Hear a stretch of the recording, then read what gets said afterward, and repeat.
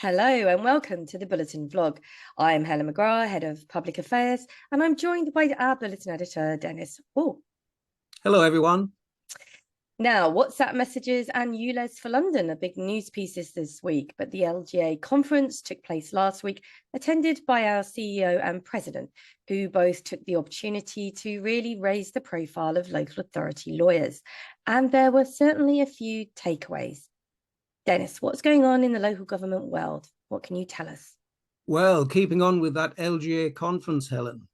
As we trailed last month, Michael Gove announced the setting up of a new Office for Local Government, which will be part of DLUC. According to the initial policy paper, its vision is to provide authoritative and accessible data and analysis about the performance of local government and support its improvement. So look out for more on how it will operate over the coming months. And second, do you remember the story about South Cambridgeshire, a council that started operating a 4-day working week? Well, last week, Local Government Minister Lee Rowley sent a formal request to the council demanding that they bring to an end their 4-day working week trial, arguing that such an approach could breach its best value duty under the Local Government Act. And Helen, as you mentioned earlier, Michael Gove also joined in the controversy by saying at the LGA conference that taxpayers deserve a 5-day working week. But is it all as simple as that? And finally, what are the main things that we've learned so far from the COVID hearings? One, David Cameron and George Osborne agree that, in their view, austerity did not have an impact upon the pandemic. And two, witnesses agreed that the UK was not prepared for the pandemic. Three, the role of ministers was crucial as to how the pandemic was actually handled. And finally, point four, there is controversy concerning whether Brexit had any bearing on how the UK government handled the pandemic overall. Helen. Indeed, Dennis. Now, as I mentioned at the top, the government has lost its legal challenge to prevent the COVID inquiry from seeing Boris Johnson's WhatsApp diaries and notebooks in full.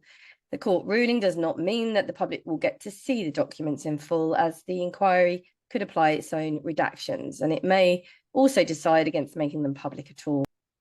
Now, London-centric, although other regions will be watching carefully what happens, the ULEZ expansion at the end of August from the boundary of the North and South Circular Roads to throughout Greater London has been challenged in the High Court by 5 outer London boroughs.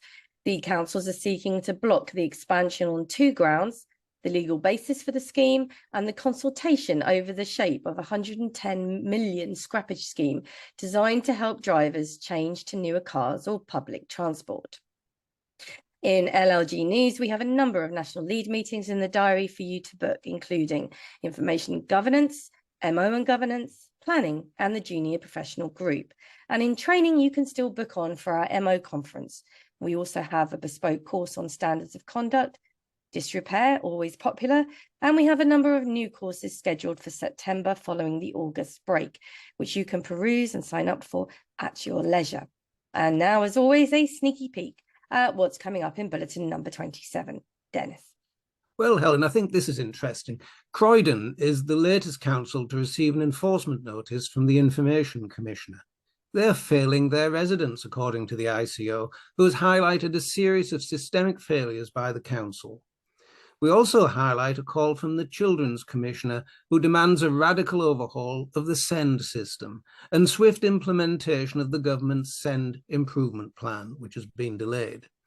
New data from the DfE shows that nearly 1.2 million children in England have special educational needs support without an appropriate plan. That's up 4.7% from 2022. That's absolutely shocking. Helen. Yes, Dennis, and it has a knock-on effect on the care that can be provided to those under an EHC plan, because indeed time is taken up with the other SEND children, regardless of the commitment within the plan to adhere to the provisions that are supposed to be provided. So that is definitely one to watch in the sector. And for more detailed coverage of the bulletin entries, don't forget to listen to the Grapevine podcast. So it's goodbye from me. And from me too.